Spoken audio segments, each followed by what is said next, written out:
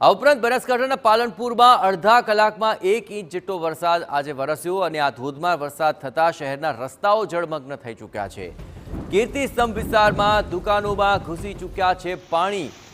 અનેક નીચાણવાળા વિસ્તારો આપ જોઈ રહ્યા છો કે જ્યાં પાણી ભરાયું છે અને વાહન ચાલકોને હાલાકીનો સામનો કરવો પડી રહ્યો છે। રાહદારીઓને પણ અહીંથી પસાર થવું મુશ્કેલ બની ચૂક્યું છે।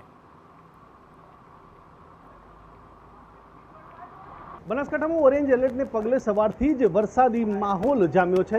જે પ્રકારે 1 કલાકમાં 1.5 ઇંચ જેટલો વરસાદ પાલનપુરમાં પડી શક્યો છે, ત્યારે જે પ્રકારે હું દ્રશ્યો બતાવીશ કે જે પાલનપુરની જે દુકાનો છે તેમાં પાણી ઘૂસી ગયા છે। લગભગ દુકાનોમાં 4 ફૂટ જેટલા આ પાણી ઘૂસી ગયા છે અને જેને પગલે વેપારીઓ છે તેમને મુશ્કેલીનો સામનો કરવો પડી રહ્યો છે। જે પ્રકારે સવારથી જ વરસાદ પડી રહ્યો છે ત્યારે પાલનપુરના અનેક જે નીચાણવાળા વિસ્તારો છે અને આ નીચાણવાળા વિસ્તારોમાં પણ પાણી ભરાયું છે। પાલનપુરના કીર્તિસ્તંભ વિસ્તાર છે તે કીર્તિસ્તંભ વિસ્તાર પણ પાણીમાં ગરકાવ થઈ ગયો છે।